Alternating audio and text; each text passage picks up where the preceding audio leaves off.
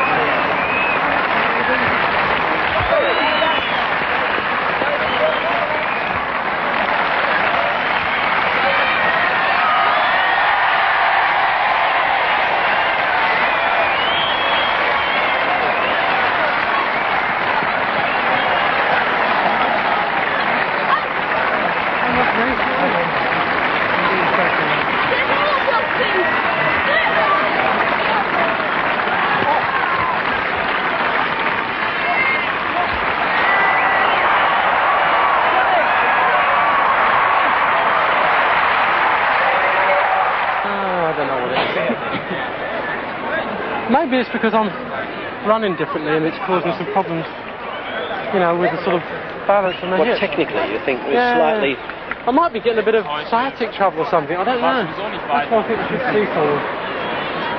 Sorry, boys. Superb running then by the world record holder for 5,000 metres, David Moorcroft of England.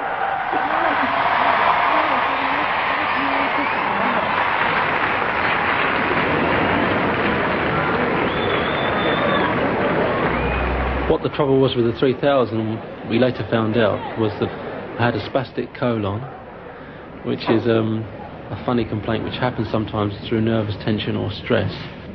No, I mean, has he been terribly moody? Not really, no. I mean, I thought you'd be very depressed. Me, moody? It's you that gets upset. Me, I'm the one who gets depressed. Yeah. I think it sort of affects me more than it does you.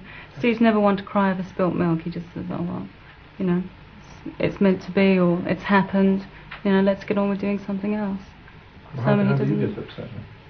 Well, it just depresses me because I know how much work Steve puts into the sport and what he does and what he's been through. You know, I think it's always worse for someone who's looking on.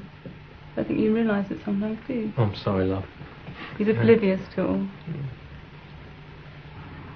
After that, I really got back to some basic hard training. And everything in my training was going really well. All my times are coming up, all the sessions are becoming easier, everything was looking up, and I was hoping that with Koblenz coming up, which is really one of my favourite places to compete, it's really a very atmospheric place, the crowd are very good, the track is very fast. Well, just 300 metres to go now. He's so far ahead of the rest of the field. It's Ovett against the clock, and all he has to help him is this wonderful crowd in Koblenz. We saw his world record last year, and they're determined to help him towards one this time. He needs to be around 3:32 at 1500, and it's 3:32.8, so he's going to need all the encouragement he can get. Athletes lined up along the side of the track. I can see Andy Norman halfway down the straight cheering him on, looking very strong, but he needs all the help he can get. The time to beat 3:48.53 by Cohen Zurich last week. He's going to be very close to it, and he does it. 3:48.4, a second world record for Steve Ovett in Koblenz. This is Koblenz, where I should be now. In fact, where I am is back in Brighton again. A week after pulling a hamstring at this very spot here. It sounds like a replay of about 8 months ago, but I was just doing a time trial and was only a few yards from the finish, only a matter of 10 yards, and about where that yellow line and the hurdle is, went about 4 foot up in the air with a hamstring problem. So I broke a personal best this year, but it was in the high jump rather than anything else. It's usually a question of being in absolute full flight when that pings, and they usually feel a ping too. I felt a ping that sent me 4 foot up in the air. Sometimes they describe it as a stone. They thought somebody's I think it's a bit like having stone. someone shove a pencil into your leg and pushing it up towards your rump. And in fact, it stays like that for about a week. Well, it's felt like there's something stiff in there for about a week now, and it's only just starting to ease off. This is what you call up to the moment physiotherapy.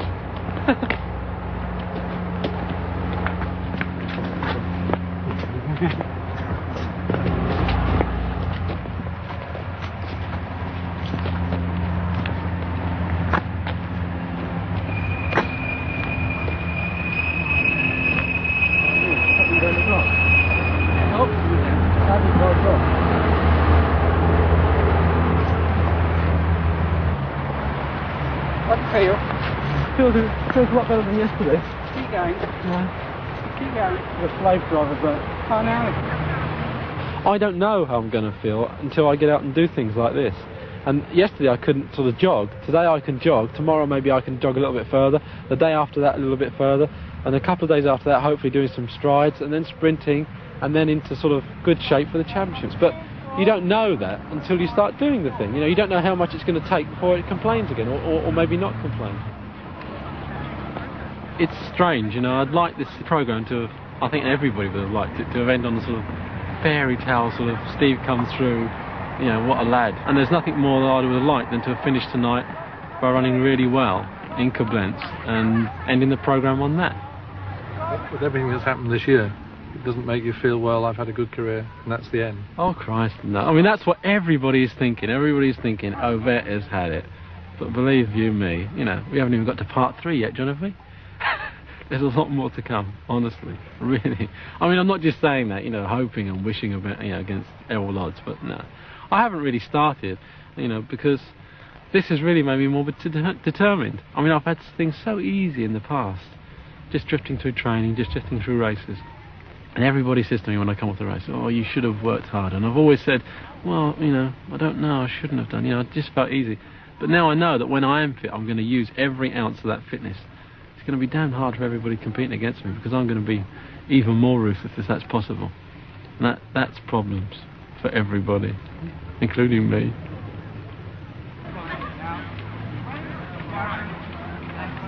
Five days later, Steve Ovett announced that he would not be racing again in 1982.